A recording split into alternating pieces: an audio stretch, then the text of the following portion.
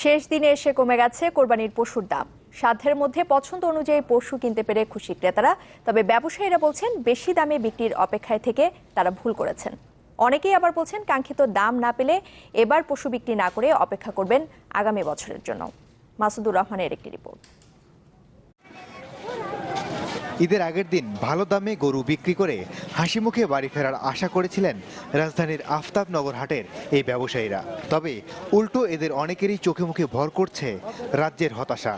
1 লাখের গরু 45,000 35,000 পোল্ট্রি মুরগির দাম। এদের কাছে ঘোড়া ভেড়া চাও যা, ঘোড়ারও দাম চাই, ঘোড়া ভেড়া একদম।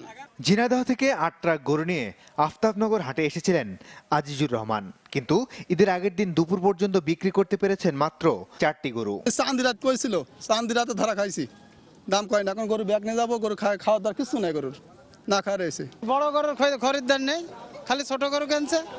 কালকে স্যার কইলো 4.5 লাখ টাকা কাল চাইছিলাম, 5 লাখ টাকা, আর আজকে এলো আপনার 4 লাখ চাইতেছি, 2 লাখ 2.5 লাখ এরকম দাম হতো। তবে এর বিপরীত চিত্র ছিল ক্রেতাদের। বেশিরভাগ ক্রেতাই খুশি সাধ্যের মধ্যে গরু কিনতে পেরে। আমরা আফতাবনগর থেকে সবসময় কিনে, আফতাবনগর কমলাপুর।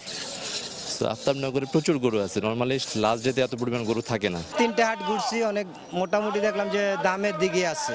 আজকে এটা আসছি, আইসা গরুটা কিনে নিছি, আল্লাহর রহমতে খুব ভালো গরু পাইছি।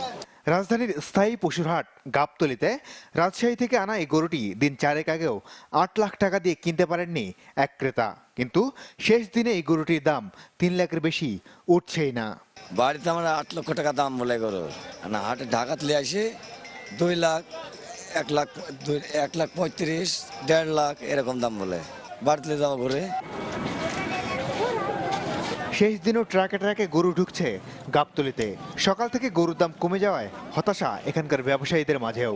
কাল গরু রাত্রে 4 লাখ 10 দাম বলে বেশি নেই, এখন 2,85,000 টাকায়। প্রচুর টাকা লস আছে আমার। কম্পারেটিভলি একটু কম মনে হচ্ছে, কারণ সে লাস্ট মিনিট তো অনেকে গরু ছেড়ে দিচ্ছে। সব মিলিয়ে শেষ দিনে বিক্রেতাদের অসন্তুষ্টি থাকলেও সাধ্যের মধ্যে প্রত্যাশিত গরু পায় খুশি ক্রেতারা। মাসুদুর রহমান, চ্যানেল 24, ঢাকা।